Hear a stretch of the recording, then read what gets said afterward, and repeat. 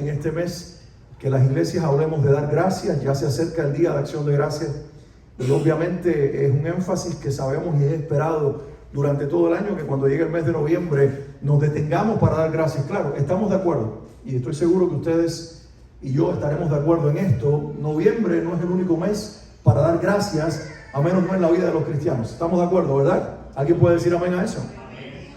De hecho, no es el énfasis de cada mes del año, sino que también es el propósito de cada día de nuestra vida, el vivir para Cristo, para su gloria y para agradecer. Pero qué bueno, tenemos que decir esto, qué bueno que en los Estados Unidos se separa un mes y una fecha para dar gracias. Yo creo que fuera de este país y Canadá no hay otro país que diga voy a separar una fecha en un día especial para decirle gracias a Dios por todo el año que hemos vivido. Y esto hay que aprovecharlo y como iglesia decir gracias Señor junto con el resto, pero también podemos decir gracias mejor que el resto, porque lo que el mundo no entiende nosotros sí lo entendemos. De hecho, para los cubanos que llegan a Estados Unidos, este día se convierte en el día del pavo, el día de dar gracias. No sé si, o inclusive ya algunos se crearon su propio santo. ¿Saben que los cubanos no dicen el día de dar gracias, dicen Thanksgiving?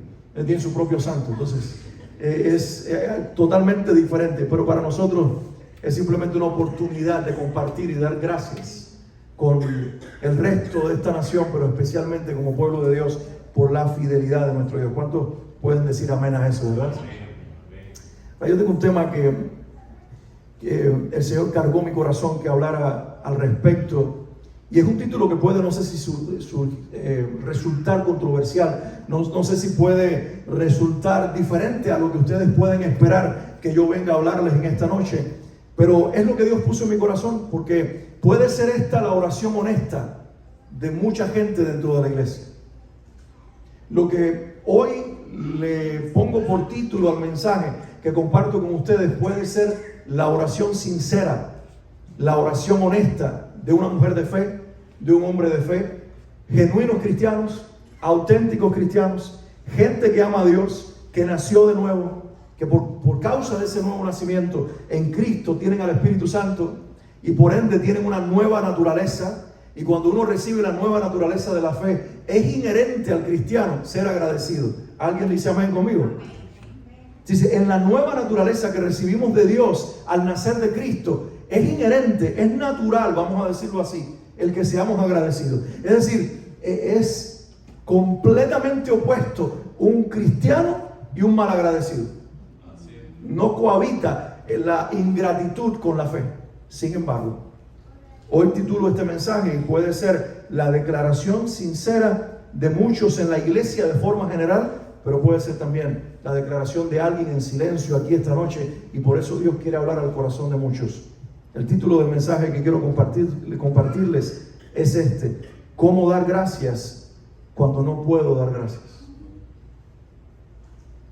¿Cómo dar gracias cuando no puedo dar gracias? Y es una pregunta, quizás una oración escondida, esa oración que no nos atrevemos a orar en la iglesia frente a los hermanos.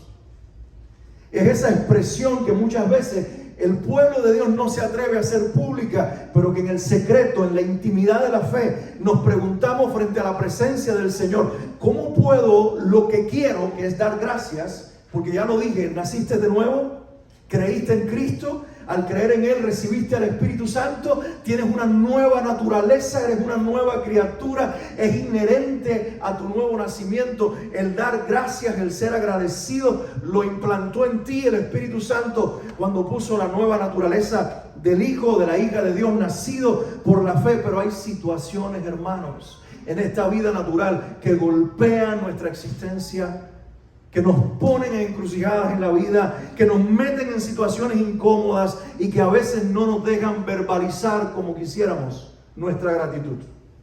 No es que no haya gracia o gratitud en el corazón, es que no podemos ser tan expresivos de decirle gracias a Dios porque X situación te está robando la oportunidad de verbalizar tu gratitud. No sé cuántos se identifican esta noche con lo que yo estoy hablando, con lo que yo estoy introduciendo, con este tema. Pero si no es para usted, por favor, guárdalo en su corazón porque mañana lo tendrá que compartir con alguien. Algún creyente sincero se aparecerá en su camino y le dirá: mira, necesito ayuda porque sí quiero darle gracias a Dios, pero esta circunstancia no me está dejando articular mi gratitud, no me está dejando verbalizar mi gratitud, no me está dejando hablar mi gratitud. Y hablaré al menos de 3 situaciones en la vida. Pudiera hablar de muchas más y la lista pudiera ser interminable, pero me imagino que tengo un tiempo, ¿verdad? El pastor me dijo: son 2 horas y después de eso, ¿o no? Trataré de ser lo más breve posible, pero cuando un pastor o un predicador promete brevedad, oren al Señor porque es muy peligroso. Pero quiero limitarme solamente a 3 situaciones en la vida, 3 momentos, 3 etapas, llamémosle como sea, en las que se nos hace difícil, queriendo dar gracias, el poder hacerlo. La primera son esas etapas o situaciones en la vida cuando alguien o algo importante en nuestra vida está a punto de morir o murió. La muerte.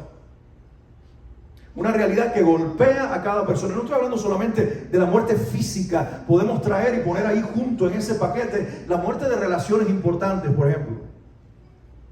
Porque me decía una mujer recién divorciada en un momento en que estábamos ministrando su dolor por el abandono de su esposo. Ella me decía: mira, se siente como un luto. Se siente como si hubiera muerto. Porque murió una relación que era importante. Entonces el luto no se puede circunscribir solamente cuando hay una pérdida física de alguien que se va a la eternidad, sino que también tiene que ver con relaciones que eran importantes y se truncaron, están falleciendo o finalmente murieron. Eso duele tanto como el que un ser querido se vaya.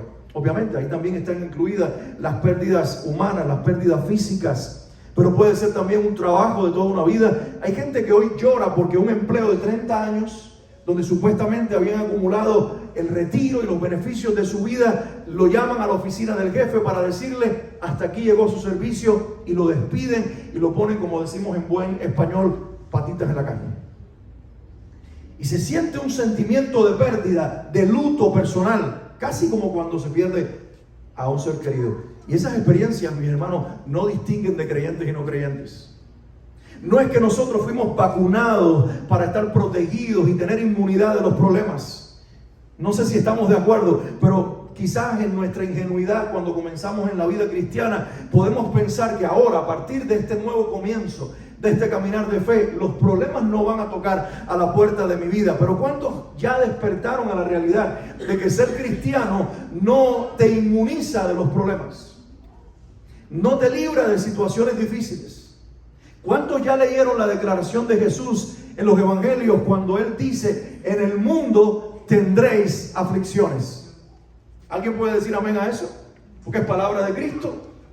Y no es que estemos esperando los problemas porque Jesús lo dijo. Es que estamos convencidos de que hay situaciones difíciles en la vida, y algunas son situaciones o etapas de dolor, de muerte, de pérdida, de ver algo que se terminó, alguien que se fue. Y en situaciones como esas es muy difícil a veces articular la gratitud. Insisto, si la persona es creyente y es sincero en su experiencia de fe, está más que agradecido con el Señor. Nada te puede robar el dar gracias. Nada te puede robar el agradecerle a tu Señor. Pero de por medio también están los sentimientos humanos. Está la realidad natural. Es esa doble realidad, es esa lucha del hombre y de la mujer nacido de nuevo, todavía atrapado en un cuerpo que clama por una redención futura. Porque tenemos que entender que fuimos justificados, posicionados en Cristo, somos santos, somos nuevas criaturas, ya estamos sentados con Él espiritualmente en los lugares celestiales, pero todavía tenemos un cuerpo que espera su redención, y mientras ese día llegue y Cristo aparezca, esto se duele, la carne sufre.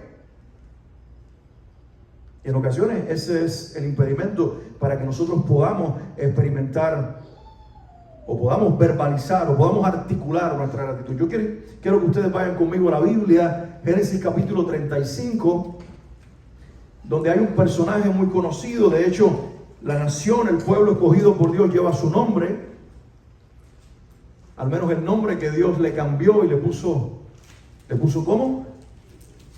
A ese hombre que le dio nombre a una nación, Israel. Aquí aparece como Jacob, por supuesto. Estoy hablando del capítulo 35 del libro de Génesis, y es Jacob enfrentándose a un momento de pérdida, de separación personal, de dolor, de muerte. Capítulo 35, versículos 16 al 21. Algunos dirán, caramba, que estamos en el mes de la gratitud y se les ocurrió traer a un pastor que hable de dolor, de muerte y de separación. Porque yo quiero enseñarte el secreto detrás de los que creen, de que se puede dar gracias independientemente de que no sea difícil decirlo, hablarlo, pero que aquellos que viven por procesos difíciles se reinventan en su fe, y aunque la palabra gracia no esté en lo que estén diciendo, se puede entender detrás de lo que ellos viven y hablan. Y quiero enseñarte que el agradecimiento no necesariamente tiene que ver con decir gracias, tiene que ver con vivir una vida que denote tu gratitud a Dios. Génesis capítulo 35, versículos 16 al 21, lo leemos de corrido, porque no es el único pasaje que leeremos en esta noche, pero trataré de pasar rapidito por esta escritura. Dice la Biblia: después partieron de Betel, y había aún como media legua de tierra para llegar a Efrata, cuando dio a luz Raquel, y hubo trabajo en su parto. Y aconteció, como había trabajo en su parto, que le dijo la partera: no temas, que también tendrás este hijo. Y aconteció que al salirse del alma, ella llamó al niño, escuchen esto, Benoni, pero su padre lo llamó Benjamín.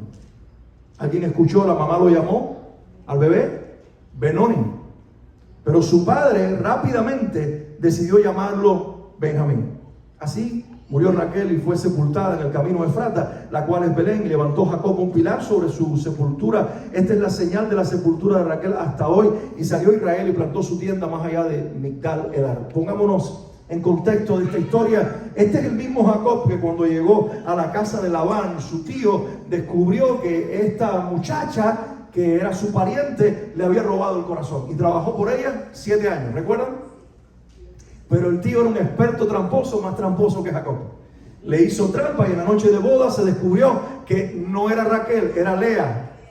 Y tuvo que trabajar otros 7 años por ella, 14 en total, hasta finalmente tener a Raquel. Ahora, la Biblia nos dice que Lea le daba hijos a luz, le daba hijos a Jacob uno tras otro. La mujer lo llenó de hijos, pero Raquel no.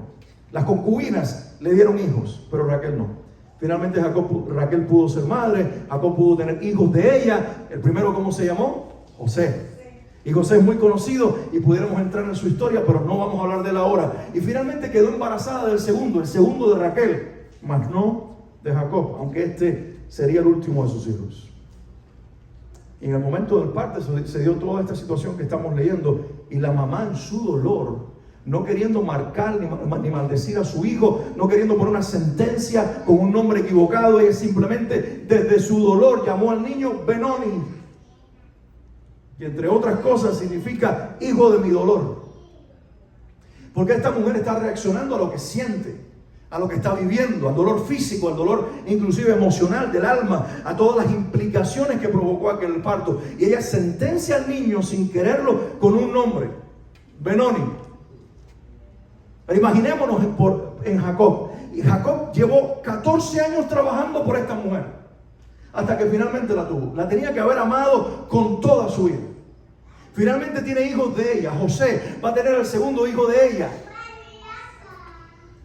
Y de momento se le escapa a esta mujer entre los brazos por el nacimiento de este hijo. Pero ¿sabes dónde yo veo la determinación de este hombre en su dolor? Y me lo imagino derramando lágrimas por el momento que está viviendo, que se negó a que su hijo se llamara hijo de mi dolor, y lo decidió llamar el hijo de mi mano derecha. En la Biblia, cada vez que se habla de la mano derecha, se habla de la mano correcta, la mano de bendición. Con razón todavía hay tanta diferencia entre la derecha y la izquierda. Pero bueno, no entremos en eso. Simplemente fue un desvío no intencional, pero quizás necesario.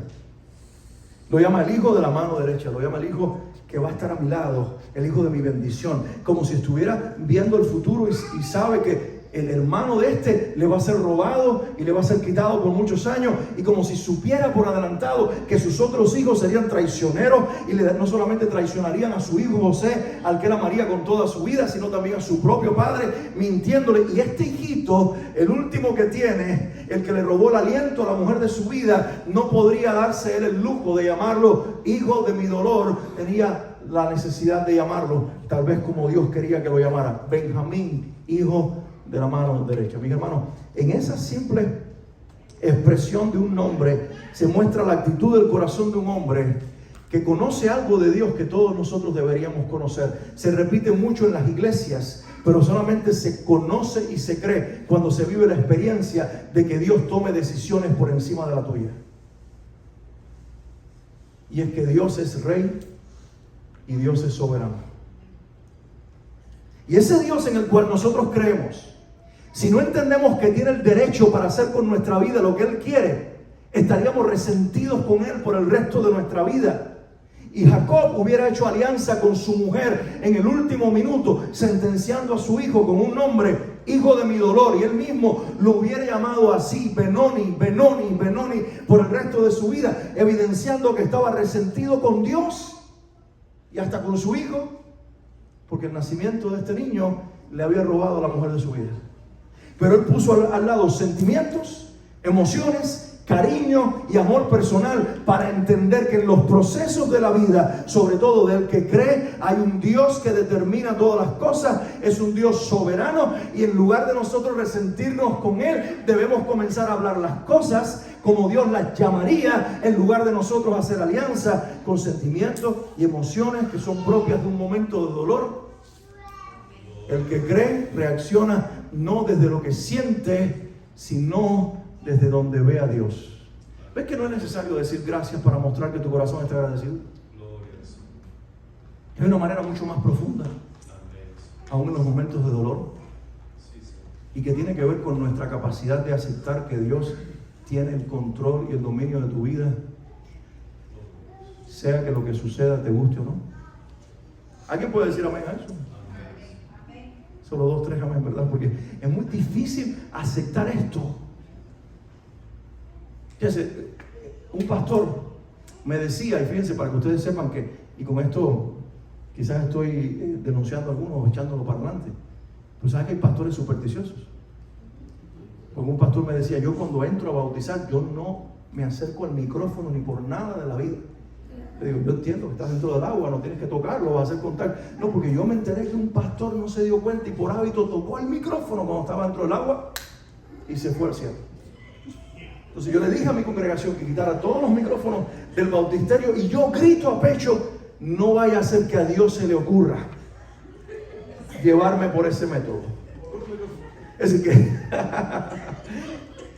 lo que digo con esto de manera jocosa es que algunos quieren inclusive cambiar la historia y torcerle el brazo a Dios, creando nuestras propias circunstancias, protegiéndonos dentro de nuestras propias situaciones, porque creemos que sabemos más que Dios. Lo que quiero decirte en esta noche es, tenemos que aprender a vivir confiados en un Dios que nos ama y que sabe que todas las dinámicas y situaciones de nuestra vida, si nosotros las ponemos en sus manos y aceptamos su obra en nuestras vidas, en lugar de destruirnos, nos van a fortalecer. Y si nos fortalecen, van a hacer que nosotros seamos más fuertes que las situaciones que vivimos. Se está viviendo un cristianismo, lo puedo llamar de este nombre, por esta manera, blandengue, débil, sujeto a lo que se vive, a las circunstancias. Estoy bien con Dios si la vida me sonríe, estoy más o menos con Dios si las puertas se me cierran parcialmente, y no estoy para nada bien con Dios si yo quería un sí y las circunstancias fueron un no, y aparentemente Dios no está de acuerdo conmigo. Si entiendes que Dios te ama, aún las puertas cerradas de tu vida y los procesos que mueren en tu vida, en lugar de ser la evidencia de que Dios está enojado contigo, son la evidencia de que Dios te ama y sabe lo mejor para ti. Amén. Y desde allí, en lugar de hablar las cosas o llamarlas como algo negativo, harías como Jacob, que llamó a su hijo, hijo de mi mano derecha. No serás una maldición, hijo. Tu nombre no recordará el momento doloroso en el que llegaste al mundo, sino por el contrario, serás un regalo de Dios a mi vida. Pero hablemos de otro proceso que hace difícil el dar gracias. Procesos de esterilidad. Y no hablo solamente de la esterilidad natural, que por sí es bien difícil. Hablo de situaciones, relaciones que están estériles. ¿Las podemos llamar así? Matrimonios que entraron en etapas de esterilidad, donde son dos grandes extraños que comparten un mismo techo. Y lamentablemente pasa eso a veces dentro de las mismas iglesias. Dos grandes extraños que viven en una misma casa. Y la relación puede ser una relación estéril. Un padre y sus hijos que ya no se hablan. Porque una situación familiar rompió la relación, esterilizó ese vínculo fraterno entre papá y sus hijos, entre mamá y sus hijos. ¿Alguien conoce historias familiares así? Y no necesariamente estamos hablando de un vientre estéril, estamos hablando de un parentesco estéril. Hermanos que ya no se hablan, o si lo hacen es porque la situación familiar demanda que se hagan una llamada, pero ya no disfrutan el escuchar la voz detrás del teléfono, el verse, el visitarse, el llamarse, el compartir en fiestas de cumpleaños o de Año Nuevo o de Navidad o de Acción de Gracias. Hay muchas familias dentro de la iglesia que tienen situaciones similares con sus parientes, con sus familiares. Situaciones complicadas, algo se esterilizó en las relaciones importantes de la vida de muchas familias. Y pareciera que la pandemia lo acrecentó. Esa separación forzada, donde estuvimos encerrados en cuatro paredes, le hizo creer a muchos que pueden prescindir de los vínculos más cercanos. Una gran mentira, por cierto. Pero hay relaciones que están dentro de la familia estériles. Y hay también relaciones dentro de las iglesias que están esterilizadas. Hermanos que se ven el domingo, el jueves en la noche, independiente del día en que se reúnan. No hablo necesariamente de esta congregación, pero que Dios te bendiga, el hola, ¿cómo estás? Ese encuentro necesario, esa camaradería que debe existir, pero en el corazón se perdió el amor y el respeto unos por los otros, porque aquella situación que se dio, aquella diferencia que no conciliamos, aquella conversación donde no salimos unidos sino separados, creó una esterilidad dentro del vínculo y rompió el vínculo sagrado del amor que debe estar presente en la iglesia. Digo, estoy hablando de cosas que suceden en otro planeta o que están sucediendo de este lado, en este planeta y en la iglesia en este mundo. Una realidad. No solo la familia está quebrada, también hay congregaciones internamente que están quebradas. ¿Por qué? Por la falta de perdón, por las diferencias interpersonales, por el no poder convivir a pesar de nuestras diferencias. Y eso esteriliza. Eso hace estéril la vida de una familia natural y hace estéril la vida de una familia espiritual. Ni hablar de la esterilidad física, biológica. En la iglesia, en mi congregación, acompañamos durante años a una pareja que querían ser padres. Te voy a usar el ejemplo ahora de la esterilidad en el caso de los que quieren ser padres, para compararlo con cualquier otra área o etapa en la vida de una familia o de una persona, de una iglesia que pueda ser semejante. Yo los conozco desde que eran bien jovencitos, desde que comenzaron su noviazgo. Estuvimos mi esposa y yo en el matrimonio de ellos.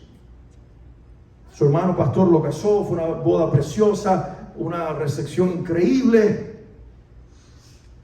Y desde el comienzo de su matrimonio intentaron buscar hijos. Y ella quedó embarazada. Quedó embarazada una vez y ese parto no se dio, ese embarazo no se dio. No es que había una esterilidad completa, es que los embarazos no se daban. ¿Saben cuánto llegamos a contar? ¿Cuántas pérdidas en el proceso? 13 pérdidas.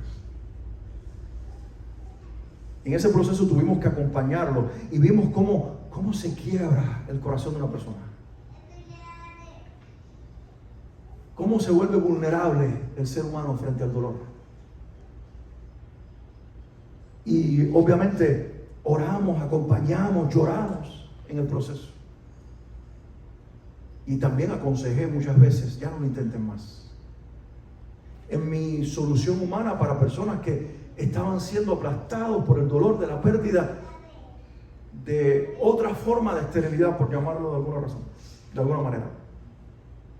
Y recuerdo que este matrimonio me dijo, nosotros queremos ser padres y queremos que Dios nos dé hijos. Y eso fue como por la 6ª ocasión, cuando yo pensé que ya era demasiado. Después lo intentaron otras 7 veces más y tuvieron otras 7 pérdidas. Y finalmente Dios les concedió ser padres. Hoy tienen 2 hijos, que son una bendición. Aunque uno de los hijos está en un espectro y el otro de los hijos está en un síndrome.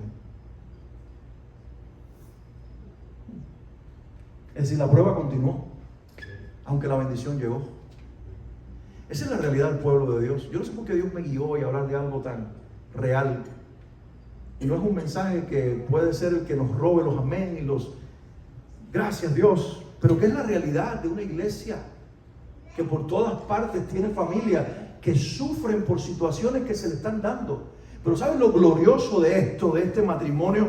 Que a pesar de todas las pérdidas, de todo el proceso de esterilidad, de todo el proceso de truncarse los embarazos, del nacimiento de hijos que tienen ciertas situaciones y demandan de ellos más que lo que demandan normalmente los hijos, esta gente no ha perdido la fe y el sentido de alabanza, de creerle a Dios y de vivir para Dios.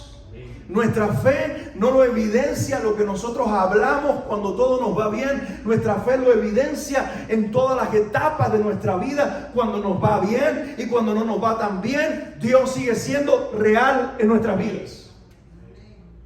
Ustedes me escucharon, porque no necesariamente tiene que pasar lo malo para probarse la fe verdadera. También hay gente que deja la fe cuando le va muy bien. Hay gente que deja de ser agradecido cuando ya lo tiene todo. Me decía una hermana: pastor, ¿qué le parece si tomamos a todos los muchachos jóvenes de la iglesia, se arma un viaje misionero y se los lleva a Cuba para que conozcan el verdadero cristianismo?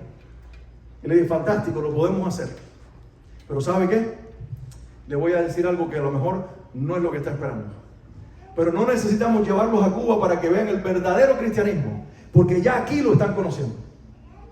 Porque aquí sus hijos y los míos y los de muchos en la iglesia y en todas las iglesias tienen la oportunidad, y ven a su familia que tienen la oportunidad de escoger cualquier otra vida y han decidido vivir por Cristo y para Cristo. Y para mí eso es más grande que cualquier otra cosa.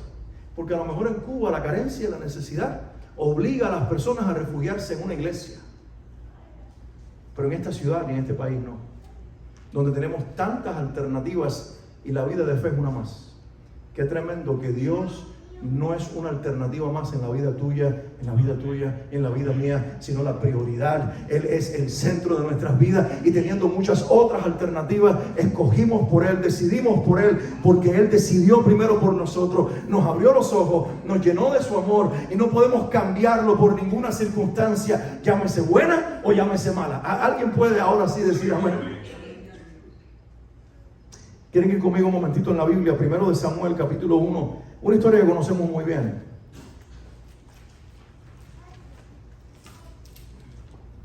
Y es la historia de la madre de este hombre que le da nombre al libro. Capítulo 1 del primer libro de Samuel. Y quiero leer algunos versículos donde Ana está orando. Conocemos la historia de Ana, ¿verdad? Y sabemos todo lo que esta mujer está viviendo, la otra esposa que tenía hijos, ella que no puede dárselo, etcétera, etcétera. Ella tiene un vientre estéril, ella no puede tener hijos, pero dice la Biblia, versículo 9 del capítulo 1, y se levantó Ana después que hubo comido y bebido en Silo, y mientras el sacerdote Elí estaba sentado en una silla junto a un pilar del templo de Jehová. Ella con amargura de alma. ¿Alguien escuchó? Estamos en presencia, estamos a punto de descubrir a una de las mujeres de fe más grandes de la historia de la bíblica. Y mira cómo describe su condición espiritual la Biblia. Ella tenía amargura de alma. Porque sí, lo natural puede afectar lo emocional y lo espiritual. ¿Alguien está conmigo esta noche? Puede ser grande en tu fe, caminar con Dios, creer en el poder de la oración y del Dios que escucha lo que pedimos, y todavía andar en amargura de alma, porque sí somos susceptibles a lo que nos rodea y a lo que nos sucede. Por si alguien dice, tengo una fe pésima, soy pequeñito, estoy lejos de Dios porque me estoy doliendo con esta enfermedad mía o de mi familiar, o porque esta crisis económica me afecta, no debería reaccionar así. Hello, eres humano. Y los humanos se quiebran. Y aún los grandes en la fe se han quebrado. Así que inspírate, porque lo importante no es cómo te sientes en el proceso, es en quién crees en el proceso. Y dice que llena de amargura de alma, oró al Señor. Y esto es más grande que lo anterior. Porque cuando no tienes fuerza para orar y hay dolor en tu alma y todavía oras, es porque Dios es demasiado para ti. Esta mujer oró. Y no solamente oró, ella lloró abundantemente. Y qué lindo es cuando tú tienes libertad para llorar delante de Dios. ¿Sabes que hay gente que le molesta tus lágrimas? Hay gente que te dice, para de llorar, sécate las lágrimas, no llores más, llorona, llorón. Y si es un hombre el que llora, mucho más todavía, poco hombre. Pero qué lindo es Dios, que tú puedes llegar con amargura a su presencia. Y cuando oras, llorar abundantemente, y que tu oración esté salpicada por tus lágrimas, porque sabes que hay libertad en su presencia para lo uno y para lo otro. Y dice que ella hizo un voto, hizo una promesa, diciendo, Jehová de los ejércitos, si te dignares mirar a la aflicción de tu sierva. Ustedes ven la vulnerabilidad del creyente sincero, que no teme decirle a Dios cómo se siente. Dice, tu sierva está afligida. Y si tú te dignas a mirar esta aflicción de tu sierva y te acordares de mí y no te olvidares de tu sierva, sino que dieres a tu sierva un hijo varón, tienes aún la fe y la valentía para pedir no solamente un hijo, quiero un varón. Yo lo dedicaré a Jehová todos los días de su vida y no pasará navaja sobre su cabeza. Quiero leer el versículo 15 al 19, dice, y Ana, cuando el sacerdote pensó que ella estaba borracha, ¿recuerdan? Y le dice, mujer, digiere tu vino. En el versículo 15 ella responde, Ana le respondió diciendo, no, Señor mío, yo soy una mujer atribulada de espíritu. No he bebido vino ni sidra, sino que he derramado mi alma delante del Señor. No tengas a tu sierva por una mujer impía, porque por la magnitud de mis congojas y de mi aflicción he hablado hasta ahora. Él respondió y dijo, ve en paz, y el Dios de Israel te otorgue la petición que le has hecho. Y ella dijo, haya tu sierva gracia delante de tus ojos. Y se fue la mujer por su camino y comió. Y miren ustedes esto, y no estuvo más triste. Y levantándose de mañana, adoraron delante de Jehová y volvieron y fueron a su casa en Ramá. Y Elcana se llevó a su mujer y Jehová se acordó de ella. ¿Tú sabes qué es lo tremendo? Que ella no se alegró cuando encontró vida en su vientre. Ella se alegró cuando fue escuchada por Dios. Lo grande de la gente de fe es que llega como está. Llega quebrado, llega roto, llega lamentándose, llega llorando delante de Dios, pero luego que se vacía y se derrama en la presencia de Dios, Señor, no importa si todavía no me has contestado lo que te pedí, lo que basta es que me escuches. Si tengo tus oídos es suficiente. Y para mí esa es una forma tremenda de dar gracias a Dios, porque tú estás diciéndole, Señor, eres tan grande para mí que no vine a buscar una respuesta, vine a buscar a la persona que responde. Lo grande de tu fe y de la mía no va a ser lo que nosotros andamos buscando, sino a quién estamos buscando. No es que buscamos a Dios para que Él nos responda. Buscamos a Dios porque queremos derramarnos en su presencia. Queremos que Él nos escuche y ser escuchados por Él. Queremos convertir nuestro dolor, como dice aquí, en adoración. Y cuando eso sucede, Dios se encargará de sustituir el llanto por la alegría y la gratitud, no tanto por la respuesta que te dará, sino por la presencia de Él en tu propia vida.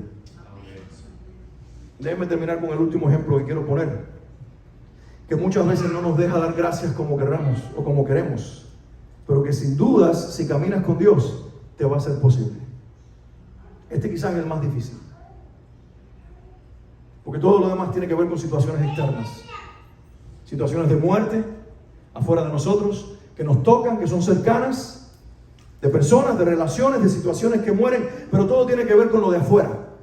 Lo mismo con la esterilidad, negocios que no prosperan, iglesias que no crecen, familias que no resuelven sus problemas y caminan en esterilidad, inclusive vientres que no dan a luz o que no conciben. Pero este ejemplo que yo les voy a poner ahora nos golpea más porque trata con nosotros mismos, con nuestro valor humano, con nuestra dignidad, y nos pone a nosotros en la desventaja de la vergüenza.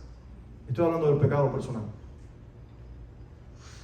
Quiero darte gracias, pero no puedo dar gracias porque mi pecado me abofetea el rostro y no me deja pararme con libertad delante de mi Dios, porque el poder del pecado personal de cada uno dentro de la iglesia es avergonzarte y decirte que no calificas para decir delante de Dios: gracias, te alabo, te bendigo. Tu propia conciencia sirve entonces de enemigo para decirte cómo vas a alabar a Dios y a vivir una vida de gratitud cuando tienes esa mancha en tu expediente. Y hay mucha gente que lo cae en la iglesia, pero así vive. Y por eso hay personas en la iglesia que pareciera que los bautizaron en jugo de limón y están todos amargados. Y el vecino inconverso muestra más alegría que el creyente.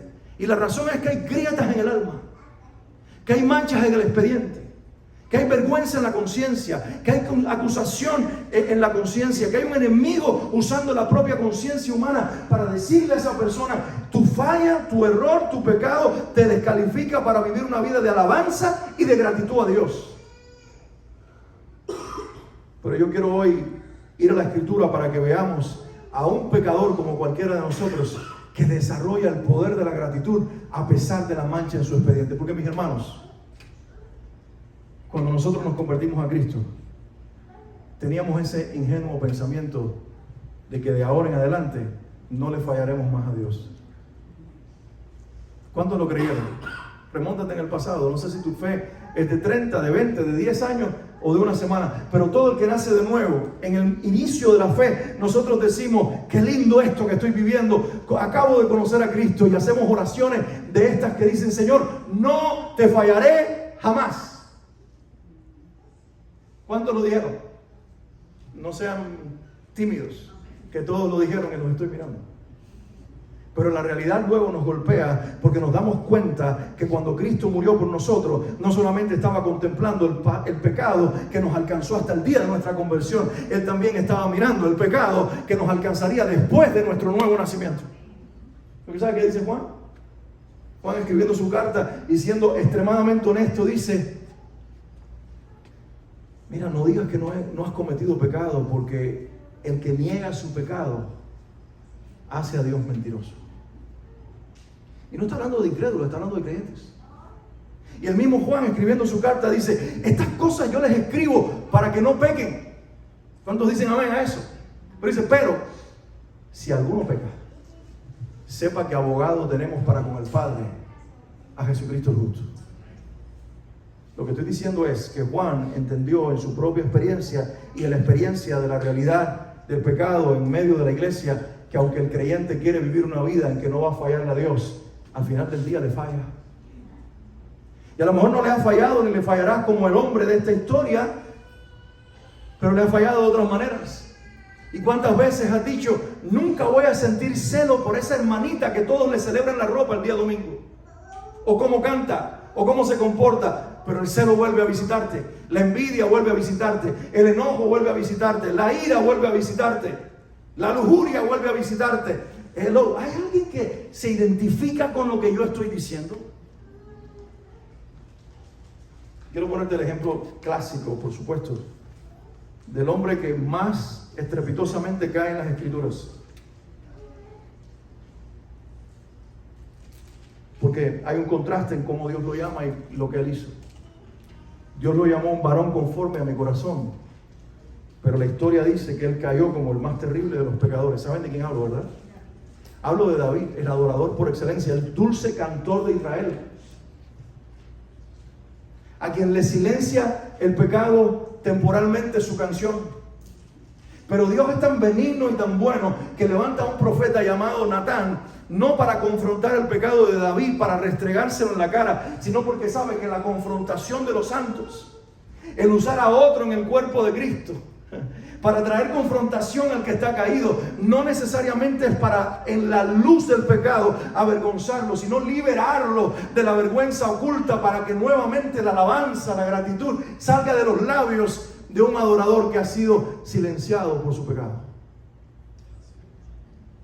Y oro por el cuerpo de Cristo, de que si hay gente que son genuinos adoradores, tienen el corazón como el del Señor y están silenciados por su pasado, están silenciados por su pecado, sean renovados en el poder del perdón y de la gracia de Jesucristo, para que una nueva canción salga de los labios del que cree, porque en tus acciones buenas o malas no compiten con la gracia de Cristo.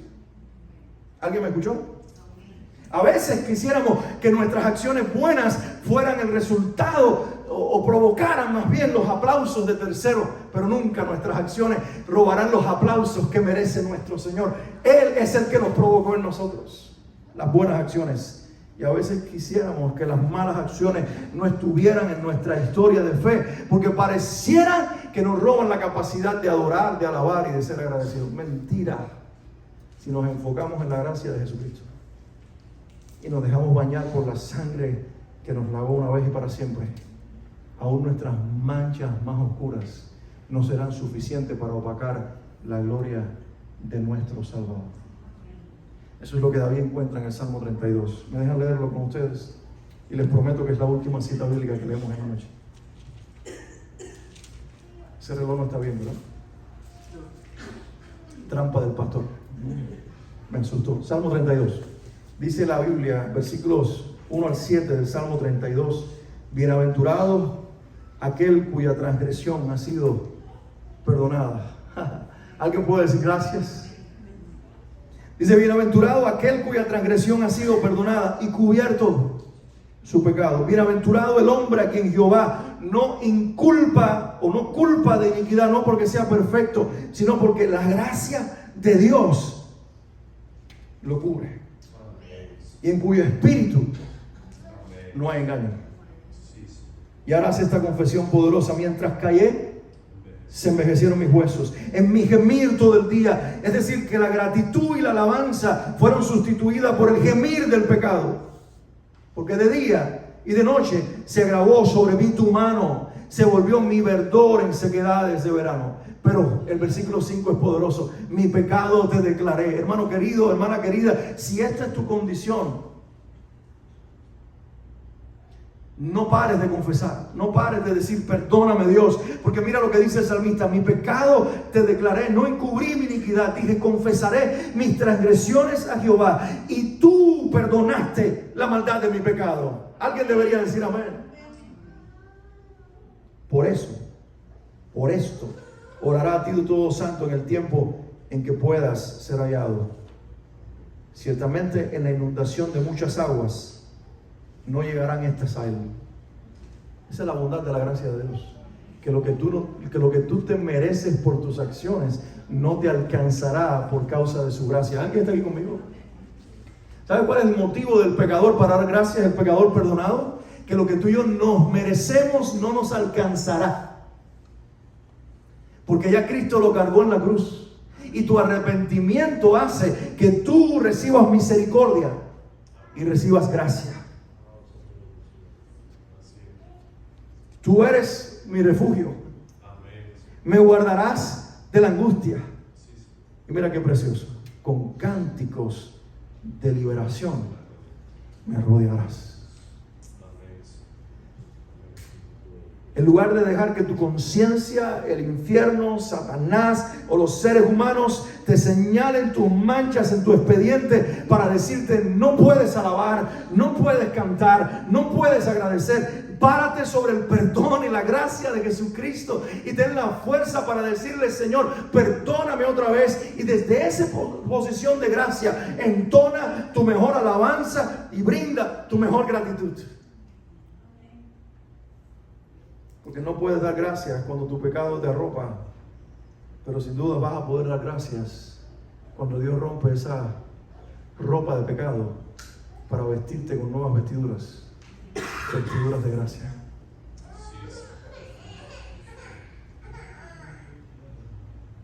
Termino con estos dos versículos, versículos 10 y 11 del Salmo 32. Muchos dolores habrá para el impío, mas el que espera en Jehová le rodea la misericordia.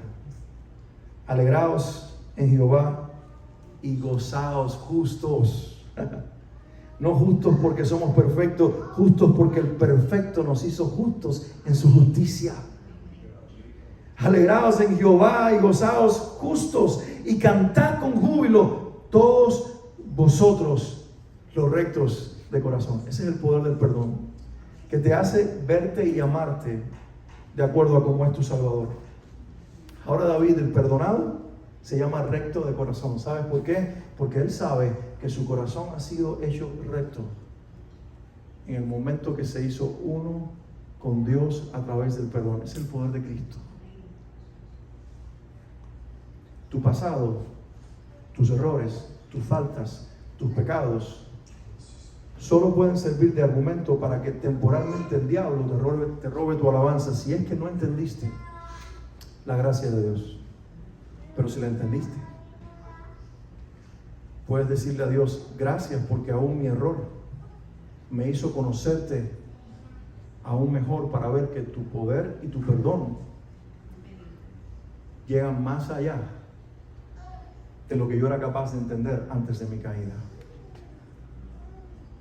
Hay un hombre de Dios que cayó hace unas semanas atrás, un predicador con una doctrina sana, que está sonando por todas las redes sociales, y algunos lo critican sin misericordia, haciendo leña del árbol caído. Hablo de Steve Lawson.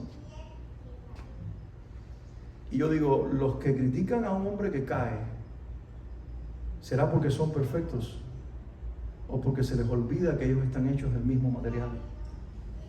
¿Y por qué mejor no oramos para que el Dios que estuvo antes de la caída se vuelva a revelar después de la caída y muestre que su gracia es ininterrumpida, a pesar de que nosotros pareciera que la interrumpimos con nuestros actos? ¿Qué quiero concluir y quiero terminar con esto? Que si hay situaciones en nuestra vida que tienen el poder de silenciar nuestra boca, de cerrar nuestro corazón, de cerrarnos emocionalmente y de hacernos creer que no podemos dar gracias. Pero Dios es más grande que tus situaciones. Dios es más grande que la etapa de muerte en la que se encuentran relaciones, negocios, oficios, profesiones o personas.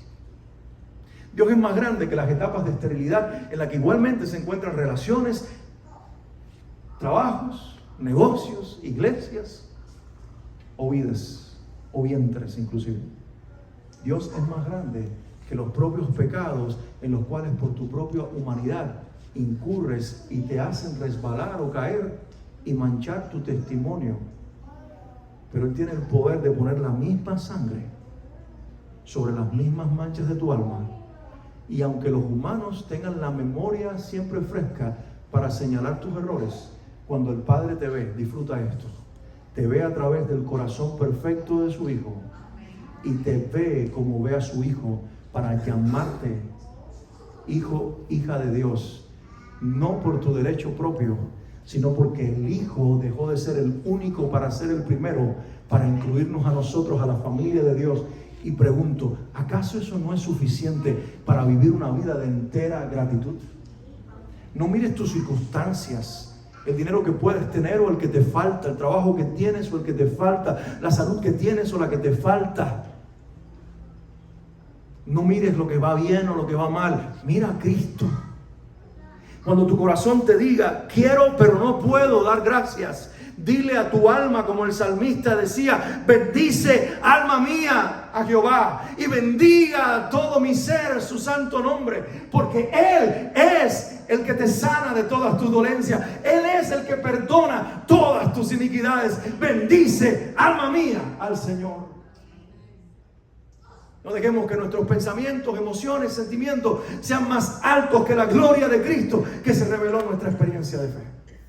Y les aseguro que cuando internamente, emocionalmente, mentalmente y hasta espiritualmente no tengamos fuerzas para verbalizar y articular nuestra gratitud, si nos enfocamos en Jesús y en su gracia bendita, recuperaremos las fuerzas para dar gracias desde el lugar que nos encontramos. ¿Me dejan orar un momentito?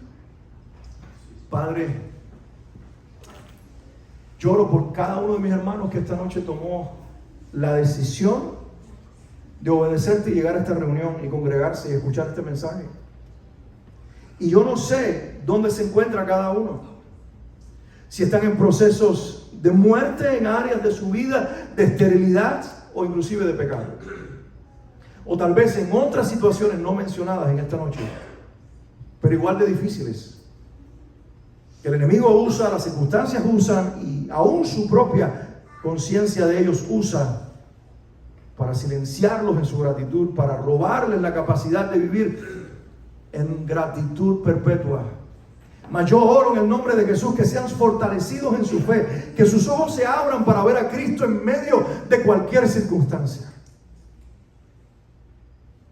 Que tu hijo sea mayor que situaciones, circunstancias, que dolor humano, que pérdidas, que fracasos. Y cuando Jesús sea el centro, yo estoy seguro que cada uno de mis hermanos tendrá la fuerza para vivir una vida de alabanza y de gratitud, porque ya entendieron que no se trata de lo que vivimos, se trata de aquel que está por encima de todo lo que vivimos e inclusive por encima de todo lo que somos. Gracias por el nombre poderoso de Jesucristo tu Hijo. Gracias por la persona preciosa de nuestro Salvador. A Él damos gloria, honra y alabanza en la iglesia, porque siendo un cuerpo, tu iglesia, de gente vulnerable y a veces quebrada, aún de las piezas de las roturas del alma, de la vida, sacas una vasija preciosa para tu gloria. Recibe la gloria y el honor en esta noche y bendice a cada uno de mis hermanos. Y que esta sea una iglesia de gente agradecida, no por cultura, no por tradición, no por costumbre, sino por el resultado de tener la mirada y el corazón puestos en la eternidad y enfocados en el que está sentado a tu diestra, el Hijo de tu gloria, Jesucristo nuestro Salvador. A Él sea la alabanza, el honor y la acción de gracias en medio de la iglesia. Y el pueblo de Dios dice, amén y amén.